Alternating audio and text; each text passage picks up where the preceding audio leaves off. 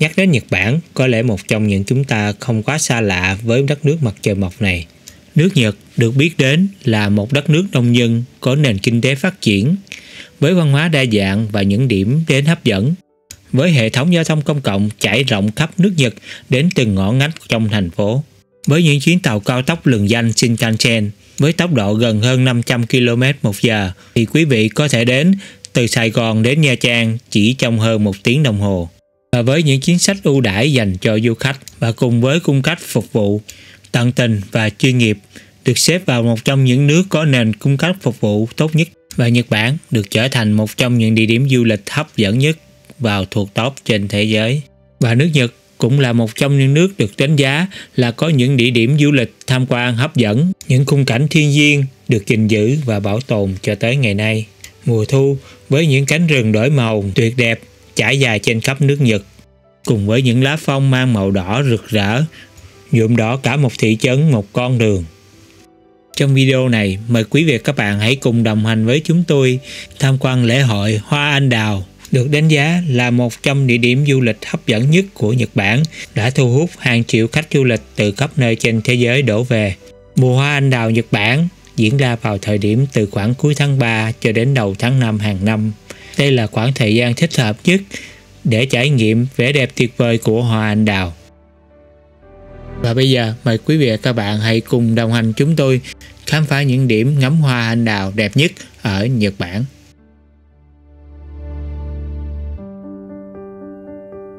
Hiện tại thì đoàn chúng tôi đang ngồi trên chuyến tàu cao tốc Shinkansen đến thành phố Kyoto. Và thành phố Kyoto đã từng là một kinh đô của Nhật Bản dưới triều đại Heian. Kyoto có nhiều địa điểm được công nhận là di sản văn hóa thế giới UNESCO công nhận. Có hơn 2.000 đền, chùa và lâu đài mang nhiều giá trị lịch sử. Địa điểm đầu tiên mà đoàn chúng tôi ghé thăm chính là khu rừng trúc Arashiyama. Chào đón đoàn chúng tôi là một cây cầu gỗ nổi tiếng bắc ngang qua một con sông tuyệt đẹp với cảnh núi rừng với những cây hoa anh đào nở rộ dọc theo suốt đoạn đường của du khách. Lối vào khu rừng trúc, bạn sẽ đi qua công viên Kameyama với một con sông lãng mạn, một bên là núi với con thuyền độc mộc chở du khách dạo quanh bờ sông. Đây là một địa điểm lý tưởng để ngắm hoa anh đào, và đặc biệt là vào mùa thu lá đổi màu rất là đẹp. Và rồi khu rừng trúc cũng đã hiện ra trong tầm mắt du khách. Khu rừng trúc Arashiyama là một trong những địa danh nổi tiếng và được yêu thứ nhất của thành phố Kyoto, Nhật Bản.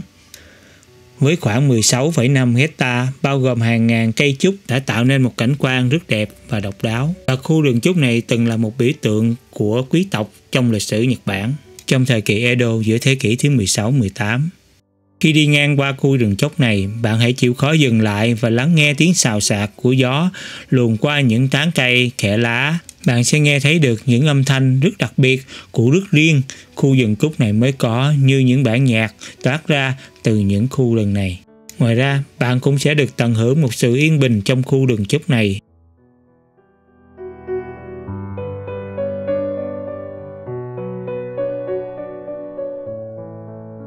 Địa điểm tiếp theo, mình sẽ thăm những cánh cổng ở đền Fushimi Inari Taisha.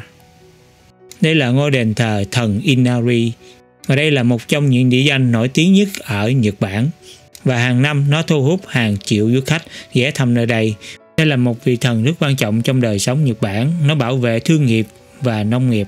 Đặc điểm nổi bật của đền thờ Inari này là hàng trăm cổng torii màu đỏ được xếp hàng dài trên con đường lên núi Inari.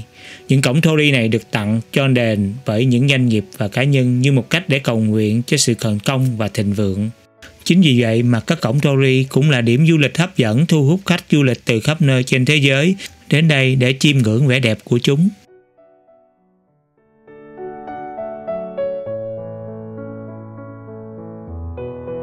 Và một địa điểm theo của cuộc hành trình là chùa Kiyomi Jutera, hay còn gọi là chùa Thanh Thủy. Ngôi chùa này được xây dựng vào thế kỷ thứ 8 và hoàn toàn bằng gỗ và được liên kết với nhau bằng các cột lớn.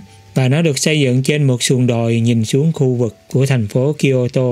Và chùa này là một trong những ngôi chùa nổi tiếng nhất ở thành phố Kyoto, là một điểm du lịch phổ biến và nó được công nhận là một di sản văn hóa thế giới của UNESCO vào năm 1994. Khi du khách tới đây có thể cầu nguyện Và bạn cũng đừng quên uống thử những dòng nước tinh khiết được chảy từ trên ngọn núi. Và từ trên đỉnh núi, bạn có thể ngắm nhìn những chùm hoa anh đào nở rộ, đầy màu sắc rực rỡ dưới chân núi. Bạn cũng có thể cầu may mắn bằng cách uống nguồn nước tại ngôi đền này. Đây là một nguồn nước tinh khiết chảy từ trên đỉnh núi, và người Nhật Bản tin rằng nó sẽ đem lại điều may mắn và thịnh vượng. Địa điểm tiếp theo chính là ngôi chùa Tochi. Đây là một trong những biểu tượng của nền kiến trúc Nhật Bản, và nó được thiết kế chịu sự chấn động lắc lư của động đất. Và nó đã đứng vững cho suốt mấy trăm năm cho đến ngày nay. Và ngôi chùa này rất là đẹp vào mùa thu khi mà lá phong bắt đầu đổi màu, tạo nên một cảnh sắc rất là rực rỡ. Địa điểm tiếp theo của mình là chùa vàng Kinkakuchi. Đây là một ngôi chùa theo trường phái Phật giáo. Nó được xây dựng vào thế kỷ thứ 15 và nó từng là biệt phủ của vị Shogun, nhưng sau đó nó được chuyển đổi thành chùa. Ngôi chùa này được bao phủ bởi vàng, đặc biệt tòa tháp chính, và được xây dựng trên một hòn đảo nhân tạo giữa một cái hồ nhỏ. Và ngày nay nó là một trong những địa điểm du lịch nổi tiếng của thành phố Kyoto. Và ngôi chùa này chỉ cho phép ngắm từ xa mà không cho phép tới gần và hay vào tham quan bên trong nhé quý vị.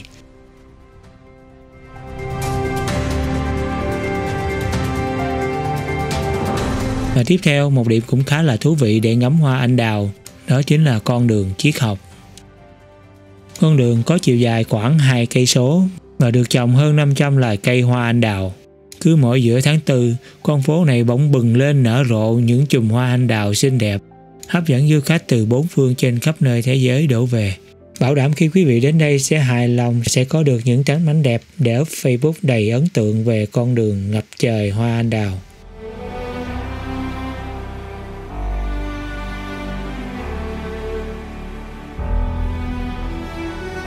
Tạm biệt thành phố Kyoto, chúng tôi đi đáp tàu đến thành phố Osaka để thăm một địa điểm hấp dẫn khác. Đó chính là ngắm ánh đèn về đêm của tòa lâu đài Osaka. Tại nơi đây có diễn ra lễ hội ánh sáng xung quanh tòa lâu đài và có nhiều những tiết mục chiếu sáng hấp dẫn du khách.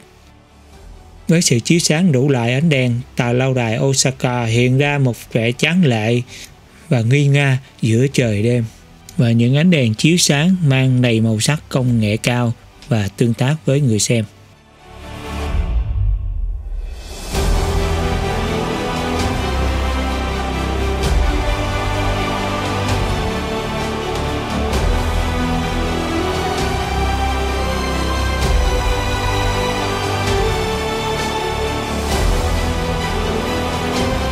Tạm biệt thành phố Kyoto, chúng tôi bắt đầu đón chuyến tàu đi tiến về thủ đô Tokyo để khám phá một thành phố sôi động vào bậc nhất ở Nhật Bản. Tokyo là một siêu đô thị lớn nhất và đông nhất trên thế giới, trung tâm của nền kinh tế, văn hóa, giáo dục và công nghệ Nhật Bản, nơi có những tòa nhà chọc trời với giá cả sinh hoạt thuộc vào hàng đắt đỏ nhất trên thế giới. Nếu quý vị đến Tokyo thì cũng nên ghé thăm con đường Shibuya này. Đây là một trong những con đường có mệnh danh là bận rộn vào bậc nhất trên thế giới. Theo thống kê của Nhật Bản, cứ mỗi ngày sẽ có hơn 2 triệu lượt người băng qua đường, bất kể ban ngày hay ban đêm.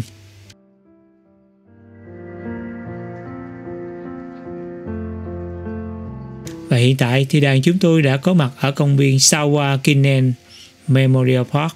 Công viên rộng khoảng 163 hectare. Công viên được thiết kế để tưởng nhớ đến Nhật Hoàng Sawa. Cũng là một địa điểm không thể bỏ qua khi ngắm hoa anh đào ở mùa xuân Nhật Bản.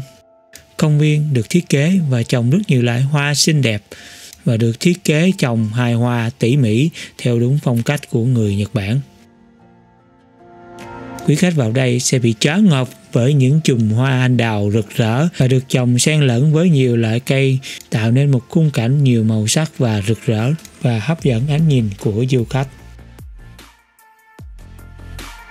Nơi đây không chỉ riêng có một loại hoa anh đào, ngoài ra còn trồng rất nhiều loại hoa tulip, hoa hồng, đầy đủ màu sắc rất là rực rỡ dưới ánh nắng ban mai. Và khi ngắm những chùm hoa rực rỡ thì tôi thầm tự nhủ, thiên đàng là đây chứ còn đâu xa nữa.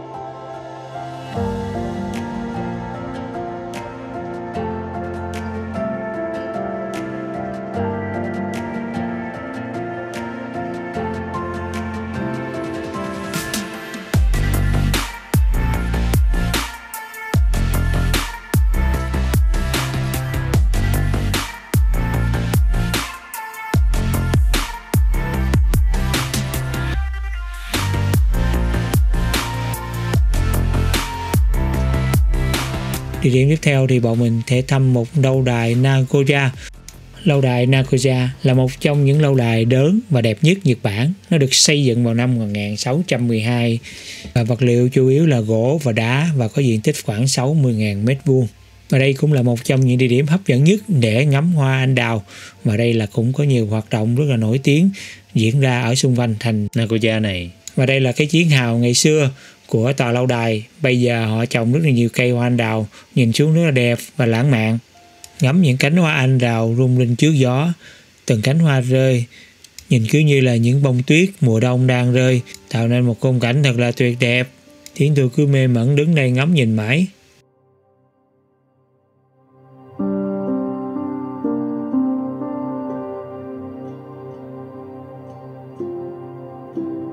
Và khung cảnh bên trong tòa lâu đài cũng có nhiều những công trình kiến trúc nhìn khá là hấp dẫn. Và quý vị các bạn cũng đừng quên leo lên cái tòa tháp canh để phóng tầm mắt xuống ngắm nhìn ở phía dưới lâu đài để ngắm những chùm hoa anh đào nở rộ đầy màu sắc rực rỡ.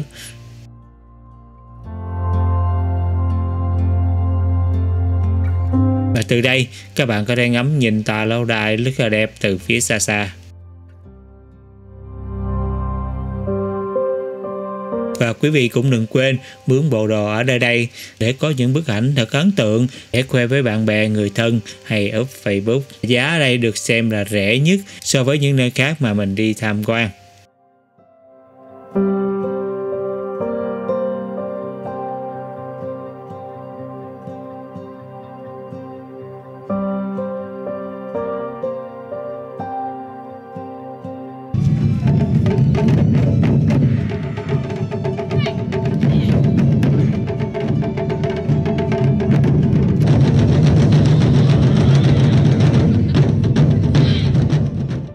Chuyến hành trình tiếp theo của mình thì tại thành phố Hiroshima. Mình đang ở trên phà, đang đi đến ghé thăm đền thờ Miyajima.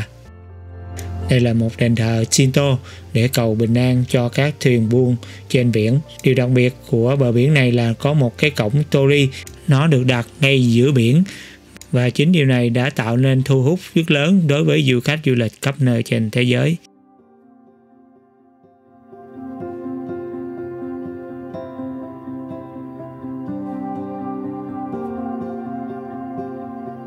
Khi lên đảo, quý vị sẽ bắt gặp những chú hươu thật là dễ thương được thả tự do, thoải mái đi trên phố. Ồ, cái con này nó tới xin ăn kìa. Và những con hươu này rất là dạn dĩ và nó không hề sợ con người.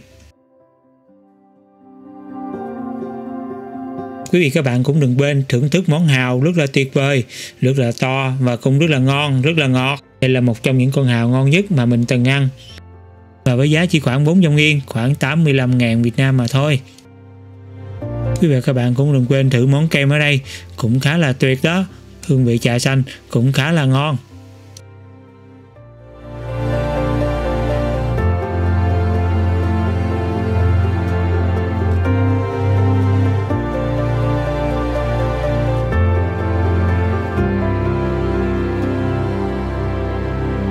Và đây là kiến trúc của đền Miyajima. Và kiến trúc này cũng được UNESCO xếp vào di sản văn hóa của thế giới.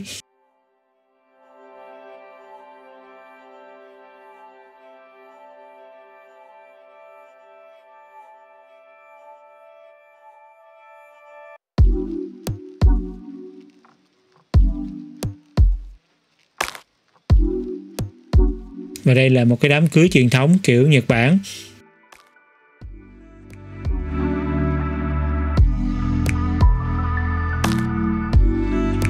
Và cái con hươu này đang uống nước nhìn thật dễ thương ha.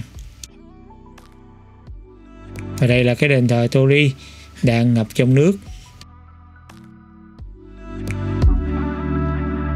Và các bạn cũng đừng quên thưởng thức kem bọc vàng với hơn 900 Yên, hơn 100.000.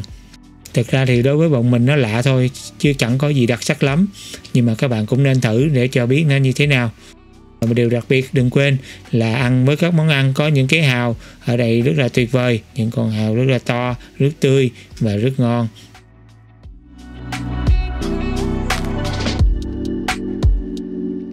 Địa điểm tiếp theo thì bọn mình đang đi tới khu nghỉ mát Nagashima để tham dự buổi lễ hội ánh sáng và hoa ở nơi đây.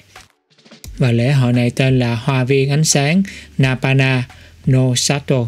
Đây là một khu vườn rộng lớn có nhiều loài hoa và cây cảnh. Trong đây trồng rất nhiều cây hoa hồng, tulip vàng, tulip xanh, có hoa anh đào và có rất nhiều những loại hoa mà mình không biết tên. Khi bước vào đây, bạn sẽ choáng ngợp với hàng ngàn, hàng trăm chủng loại hoa được trồng rộng khắp, và nó được trồng xen kẽ tạo nên những màu sắc hoa quyện nhau, trông rất là tuyệt vời, rất là đẹp và rất là công phu. Ngoài ra, cho cá ăn cũng là một thú tiêu khiển rất thú vị. Khi vào đây, bạn sẽ có những bức hình ấn tượng để up Instagram, Facebook và sẽ gây ngạc nhiên cho bạn bè với phía sau lưng của bạn một cánh đồng hoa đầy màu sắc.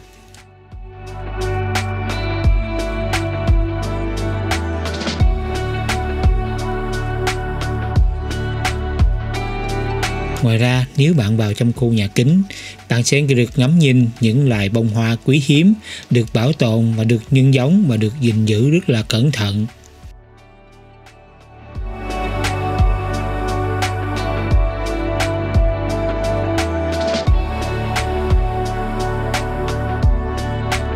Và khi màn đêm buông xuống, khu vườn được thắp sáng với hàng triệu bóng đèn LED, với những bóng đèn được trang trí đủ màu sắc, tạo nên những cảnh quan ánh sáng đẹp mắt, sẽ gây là cho du khách đầy ngạc nhiên và phấn khích. Và một điều đặc biệt, trăm ngàn bóng đèn LED chuyển động và nhảy múa theo điệu nhạc sẽ để lại một ấn tượng rất khó phai trong lòng du khách. Về đêm, khu vườn hoa được thắp sáng bằng những cây đèn cao áp sáng trưng. Du khách vẫn có thể thoải mái chụp hình và thưởng thức những kiệt tác của các nghệ nhân Nhật Bản.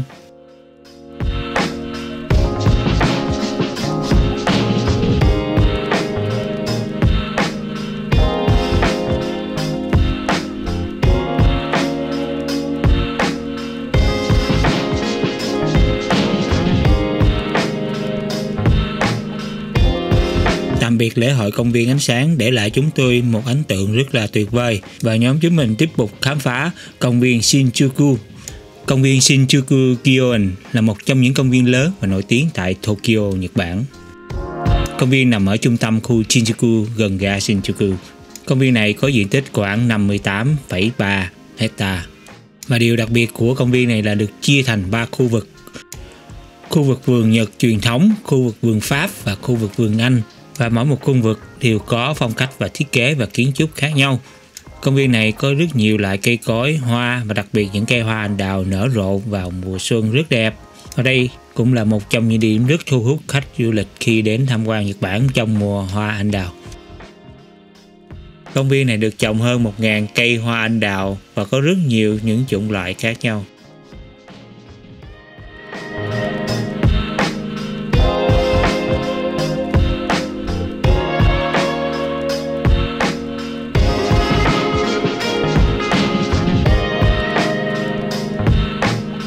Và đây là hồ nước theo phong cách Anh Quốc.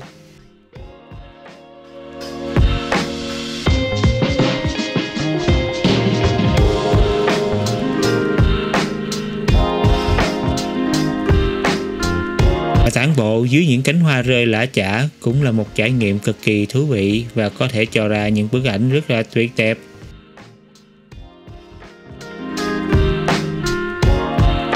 Và cuối cùng, quý vị cùng đừng quên thưởng thức món bánh mì tôm hùm.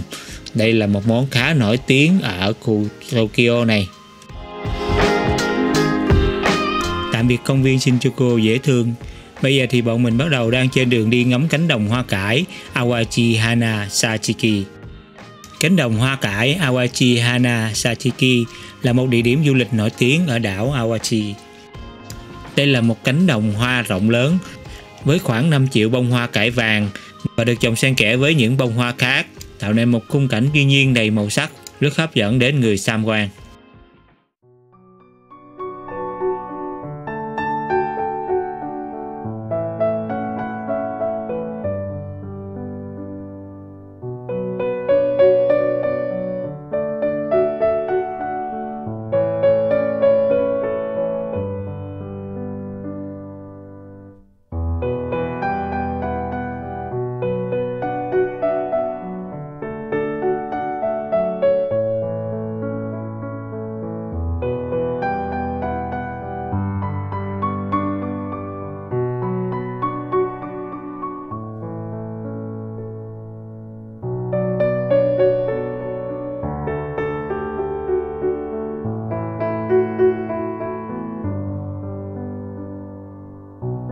thật là thiếu sót nếu đến Nhật Bản mà không thử trượt tuyết ở Nhật Bản. Nếu quý vị các bạn đã đi vào tầm tháng 4 thì đây cũng là nơi cuối mùa, cũng có thể nếu còn tuyết thì các vị cũng nên tham gia một tour trượt tuyết. Và hãy nhớ phải đi thật sớm nhé, để kịp có nhiều thời gian chơi cả ngày. Và khu trượt tuyết Kalajuzawa này sẽ không làm quý vị các bạn thất vọng đâu. Cảnh ở nơi này rất là tuyệt đẹp, các bạn sẽ ngắm được nhiều những núi non hùng vĩ khi các bạn đón chuyến cáp treo lên trên đỉnh núi để trượt tuyết. Và núi tuyết ở đây đẹp không kém gì núi tuyết ở Thụy Sĩ. Quý vị cũng nên an tâm, tuyết ở đây được ủi bằng phẳng rất là kỹ, cho nên những người mới chơi lần đầu như mình cũng có thể dễ dàng trượt được chỉ sau vài tiếng tập luyện. Và quý vị nhớ nhé, đừng bỏ cuộc khi chỉ té vài lần, tuy là nó khá là đau nhưng mà kết quả thì rất là mỹ mãn, cảm giác trượt được, đó là một trong những cảm giác rất là tuyệt vời. Địa điểm tiếp theo mà quý vị cũng nên một lần ghé qua đó chính là thành phố Hiroshima. Đây là một thành phố nổi tiếng trên khắp thế giới, hầu như nhắc đến Hiroshima ai cũng biết đến, đó là nơi thành phố bị tấn công bằng bom nguyên tử vào ngày 6 tháng 8 năm 1945 trong trận Thế chiến thứ hai. Trận nổ bom hầu như đã hủy diệt phần lớn thành phố Hiroshima, gây tổn thất nặng nề về mạng sống và sức khỏe của hàng ngàn người. Số người thiệt mạng chính xác vẫn còn tranh cãi, nhưng ước tính khoảng hơn 140.000 người đã thiệt mạng hoặc chết sau đó do các chấn thương liên quan đến bom nguyên tử.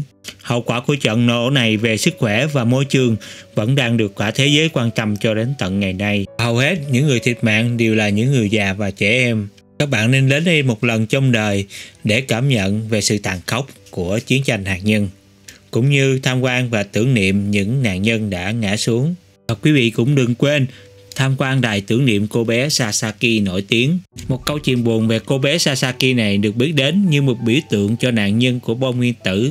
Cô bé đã được phát hiện khi bị nhiễm phóng xạ của bom nguyên tử và bị ung thư bạch cầu vào năm 10 tuổi. Tuy nhiên, cô bé vẫn rất kiên cường chiến đấu với bệnh tật của mình. Và cô bé mãnh liệt tin rằng trong thời gian chữa trị tại bệnh viện, nếu cô gấp được 1.000 con hạt giấy thì bệnh của cô sẽ chữa khỏi. Và cô đã gấp được hơn 1.000 con hạt giấy trước khi qua đời 2 năm sau đó. Sự kiên cường chiến đấu với bệnh tật của Sasaki đã truyền cảm hứng cho nhiều người. Cô đã trở thành một nhân vật biểu tượng cho hòa bình ở tỉnh Hiroshima. Và đây là những con hạt giấy được mọi người khắp nơi trên thế giới gửi đến để tưởng niệm cô bé Sasaki, với thông điệp truyền đi hòa bình cho thế giới. Và đừng quên khi các bạn đến đây thăm thì hãy gấp một con hạt giấy nhé. Bạn cũng thấy các vị du khách ở đây khi đến tham quan, ai cũng đều cầm trên tay một con hạt giấy để tưởng nhớ tới cô bé Sasaki dũng cảm chiến đấu với bệnh tật. Quý vị cũng đừng quên tham quan, đây là một cái tòa nhà bị hủy diệt bởi bom nguyên tử. Nó như một chứng tích cho sự tàn phá khủng khiếp của bom nguyên tử, với lời kêu gọi hòa bình cho thế giới. Và quý vị cũng đừng quên tản bộ dọc theo các con phố để thưởng thức những chùm hoa anh đào nở rộ ở thành phố này. Và nhìn ngắm xung quanh quang cảnh thiên nhiên cũng rất là tuyệt vời. Trên phố tuy không nhộn nhịp và nhiều hoa anh đào như các thành phố khác, nhưng nó cũng mang đến một vẻ đẹp trầm lắng của một thành phố đã từng bị tàn phá bởi bom nguyên tử, và nó đã đứng vững và phát triển mạnh mẽ cho đến ngày hôm nay. Và đó là tất cả những địa điểm mà mình đánh giá là theo quan điểm của mình. Đó là những nơi xứng đáng để đi khi đến Nhật Bản ngắm hoa anh đào. Hy vọng là những thông tin của mình có ích cho quý vị khi có ý định tham quan Nhật Bản. Và cuối cùng xin chào và xin hẹn gặp lại các bạn trong các video kỳ sau. Và mong rằng quý vị sẽ tiếp tục ủng hộ, like và share và subscribe kênh của mình. Xin cảm ơn và chào tạm biệt. Chúc quý vị một ngày tốt lành.